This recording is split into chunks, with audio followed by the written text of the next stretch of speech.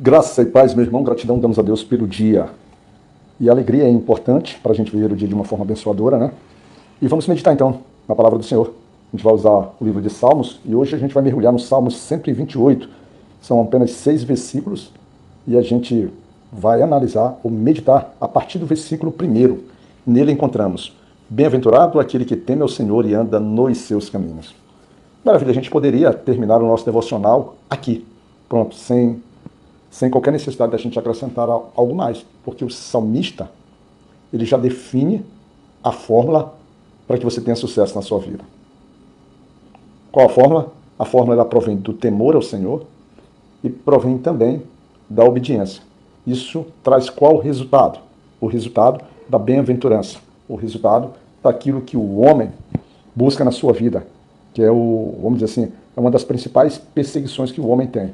Só que para ele, vamos dizer assim, materializar essa vontade, esse sonho, essa busca, ele começa a acumular riquezas nessa terra, ele começa a acumular prazeres, contrastando com aquilo que é a própria palavra do Senhor, que diz que a gente não deve, vamos dizer assim, se preocupar em acumular ouros, né, esses metais preciosos, essas riquezas do homem, em que as traças, vamos dizer assim, elas vão acabar com tudo. Mas que a gente deve ter uma preocupação, ou que a gente deve estar voltado para a gente juntar tesouros no céu, né? Tesouros espirituais, que é resultado de uma vida de obediência, uma vida de retidão, uma vida de seriedade, uma vida de respeito, de amor e de verdade à pessoa do nosso Senhor Jesus Cristo. Né? A gente sempre está usando, hoje estamos focados no Antigo Testamento, e a figura de Cristo, ela, apesar dos textos simbolizarem ou direcionarem a Cristo no futuro, mas aqui a retidão ela se simplifica na pessoa do eu sou, do Senhor, de nosso Deus. Mas o homem tem dificuldade de entender, de buscar, de compreender ou de viver essa bem-aventurança que é essa felicidade. Então ele começa a se desgastar bastante, ele começa, dentro dos seus relacionamentos, a destruir seus próprios relacionamentos. O que a Bíblia estabelece, o que a Bíblia deixa bem claro, que a bem-aventurança, a alegria, a felicidade, a plenitude, ela começa no temor do Senhor. E é muito interessante porque são diversos os salmos que falam sobre isso. São diversas as passagens bíblicas que falam sobre essa questão de temer a Deus. E tanto que no primeiro Salmos, no primeiro versículo, ele diz que o temor do Senhor, ele é o princípio da sabedoria, basicamente, porque ele vai falar que bem-aventurado é aquele que não anda segundo o conselho dos ímpios. Ou seja, esses salmos, esse versículo que nós estamos vendo, é quase que uma paráfrase do outro, só que falado de uma forma metaforicamente um pouco diferente. Mas o propósito, o sentido, a raiz da mensagem é a mesma. É preciso temer ao Senhor. E esse temer não pode ser um temor que te joga em angústia, que te joga em sofrimento, que te joga uma carga pesada, um fardo difícil de carregar, como era o próprio fardo que tem aqui do tempo do Antigo Testamento, representado sobre a lei mosaica. A lei mosaica era um reflexo da vontade do Senhor para o seu povo. Um povo que estava sendo disciplinado, estava sendo, vamos dizer assim, criado, instituído, estava sendo formado. E quando você está criando o seu filho, a gente fazendo uma comparação, você é preciso se preocupar com os princípios norteadores da formação do caráter da vida cristã desse teu filho. Então você não pode simplesmente começar a criar o filho sem princípios norteadores de decência, de moralidade, de amor ao próximo, de humildade, de temor à palavra do Senhor. Não consegue. Então a lei mosaica, que era um fruto da vontade do Senhor para o seu povo, é uma preocupação natural de um pai na educação de um filho. E aqui nós temos isso. Então ele está dando um direcionamento. Que a bem-aventurança, né, uma vida digna, uma vida prazerosa, uma vida com significado de alegria, ela só se dá para aqueles que temem ao Senhor e que esse temor ao Senhor vai fazer com que ele ande também nos seus caminhos, se separando dos ímpios, né, das imoralidades, das prostituições, das procrastinações. O coração desse homem que teme ao Senhor é um coração reto e sincero. Só que os Salmos, ele traz essa mensagem fundamental, esse princípio fundamental, mas ele diz assim, olha, quando você assim o faz, aí ele entra num outro aspecto que a vida cristã hoje muito aborda, muito busca, mas que por vezes é fruto também de uma confusão ou de uma deturpação da vontade do Senhor para as nossas vidas. Porque esses salmos, ele remete que a vida cristã é uma vida que vai estar também, vamos dizer assim, pautada, vai estar também cuidada com base na prosperidade. Na prosperidade aqui chamada de bênçãos, ou a bênção que aqui era anunciada, hoje se anuncia muito sobre o aspecto da prosperidade. E aí nós passamos a ter um problema, porque a partir do momento que nós, cristãos, começamos a olhar para um salmo desse e focar no princípio da prosperidade, e a prosperidade, quando a gente fala, a gente acaba colocando a nossa prosperidade espiritual de canto e focamos naquilo que traz prazer ao corpo, traz conforto à vida, traz materialidade. E aí a gente pode ver que um princípio de bênção, como trazido aqui no Salmo 128, pode transformar-se na vida prática do cristão como um princípio de tormenta, de sofrimento, de mau testemunho. Ou seja, fazer com que alguém que era para ser abençoado pelo Senhor torne-se até mesmo vergonha. E não é essa a ideia de um versículo desse, porque ele vai trazer que aquele que tem no Senhor, há uma série de benefícios, há uma série de cuidado, há uma série de consequências positivas para a vida dele.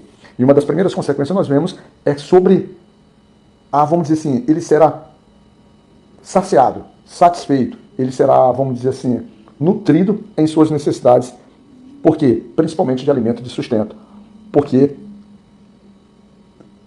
ele será feliz ao receber, por meio do fruto do trabalho dele, ou seja, o fruto do trabalho dele, ou seja, as bênçãos o alcançarão como resultado de alguém temendo o Senhor, mas que trabalha e que vai receber bênçãos, vai receber resultado. De repente, um bom salário, vai ter as suas necessidades supridas, a sua vida, seu alimento para a sua família, sua casa, não passará fome.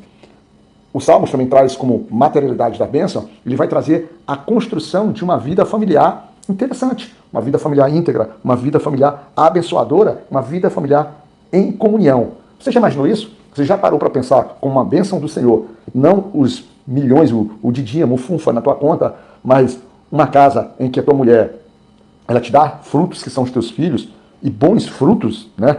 Fazendo com que a tua mulher seja comparada com videiras e oliveiras, né? Que são árvores utilizadas na Bíblia de sinais de união, de unção, de bênção, de transbordar do Espírito Santo.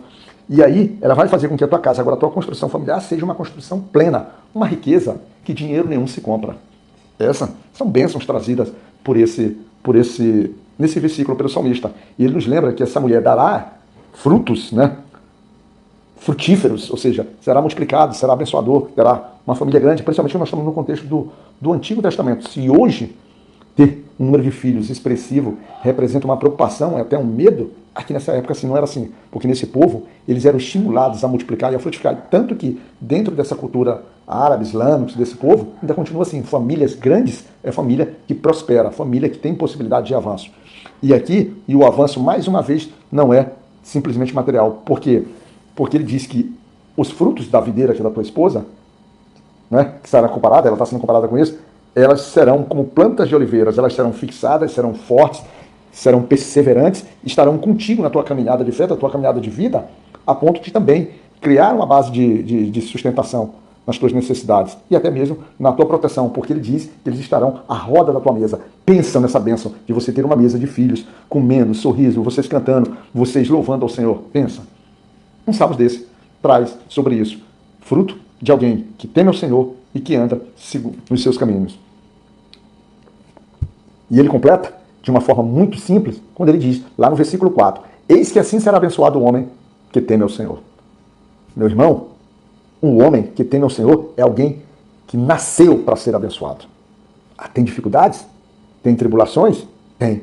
Mas ele vencerá sobre isso. Não se trata dessa visão que hoje as igrejas, muitas igrejas trazem, principalmente de pessoas que são levadas pela sua carência material e os seus corações são voltados para isso. Por isso, a igreja ela está cheia de tanto joio se misturando junto ao trigo, que é cuidado pelo próprio Senhor. E ele também, nesses salmos, o salmista aponta de qual direção vem essa bênção. Essa bênção, ele diz lá no versículo 5, sim, o Senhor te abençoará desde Sião e tu verás o bem de Jerusalém em todos os dias da tua vida. Mostrando que claramente, Sião é o local da morada do Senhor, da casa de Deus, do templo Salomão, de onde Moisés recebe sinais. Sião é o templo, é o local da morada de Deus, que hoje, para nós que somos cristãos, nós reverenciamos, nós apontamos para o local que é onde a gente manifesta a nossa fé em comunhão, em comunidade cristã, que são as nossas igrejas. Então, mostrando que é uma necessidade da gente buscar a adoração, buscar o contato, buscar o relacionamento, buscar habitar na casa de Deus, para que esse temor seja um temor crescente e verdadeiro na nossa vida. E no final, ele vai traduzir que todos os dias da tua vida tu irá ver a prosperidade de Jerusalém, que aqui a gente vai traduzir com a prosperidade da nossa própria casa, do nosso próprio ambientezinho pequeno ali. E é nessa casa, e é nessa prosperidade, é nesse andar justo, é nesse andar segundo os preceitos, segundo o modo como fomos ensinados na doutrina cristã, na doutrina de temor, de obediência, de reverência, de fé, de separação para a santidade, de separação do pecado, de humildade. É dentro desses princípios, é dentro desse modo de caminhar que ele nos estabelece também como promessa que nós teremos uma vida de longevidade, com possibilidade de olharmos ou vermos os nossos netos, que era algo também não tão comum nessa época. Mas hoje nós estamos vendo os netos, estamos vendo os bisnetos. Tem gente que rompe até a linha dos tataranetos. É bênção, é bênção.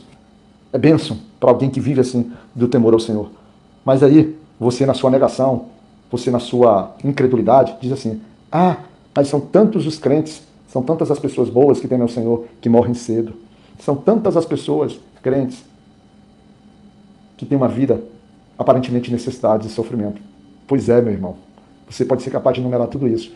Só que você não pode ser capaz de dizer que esse, que está sendo citado dessa forma, que morreu mais cedo, ou que está passando pela aprovação da vida e sendo aperfeiçoado por Cristo Jesus, não é alguém que está recebendo uma bênção de uma forma diferenciada, que os teus olhos e que os meus olhos não são capazes de enxergar, porque ainda são os olhos voltados para a materialidade da vida e para os prazeres da carne e por aquilo que gera conforto, não ao espírito, não à alma, mas conforto simplesmente ao corpo, que também deveria ser preservado e santificado, porque é morada do Espírito, é morada e templo do Espírito Santo, tá bom?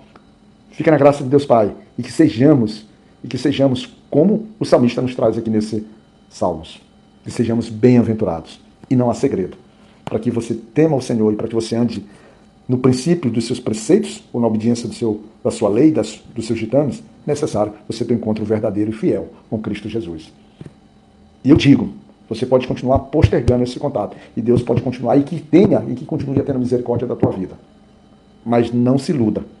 Vai chegar a hora que tanto você quanto eu seremos chamados para o Senhor. Um para ser condenado e o outro para receber o galardão pela justiça de Deus e pelo bom andar e pelo grande temor e pelo reconhecimento de uma vida de pecado que levamos, mas que agora vivemos para Ele, por Ele e pela glória dEle. Que você possa conhecer um pouco disso, que você possa abrir os seus olhos. As minhas orações são diárias nesse sentido. Eu não faço esses devocionais aqui porque eu quero me aparecer, eu quero ter um canal no YouTube, não. Essa é uma forma que hoje eu quero te dizer assim, meu irmão, eu te amo. E a mesma graça e a mesma misericórdia que me alcançou para que Deus, eu clamo, suplico, e espero que Ele também te alcance. E que você esteja disponível a viver isso na tua vida. Fica na graça de Deus Pai, que Deus nos cuide, meu irmão. E antes que eu me esqueça, hoje é 9 de outubro de 2025. Fica sobre as bênçãos do nosso Deus e Pai.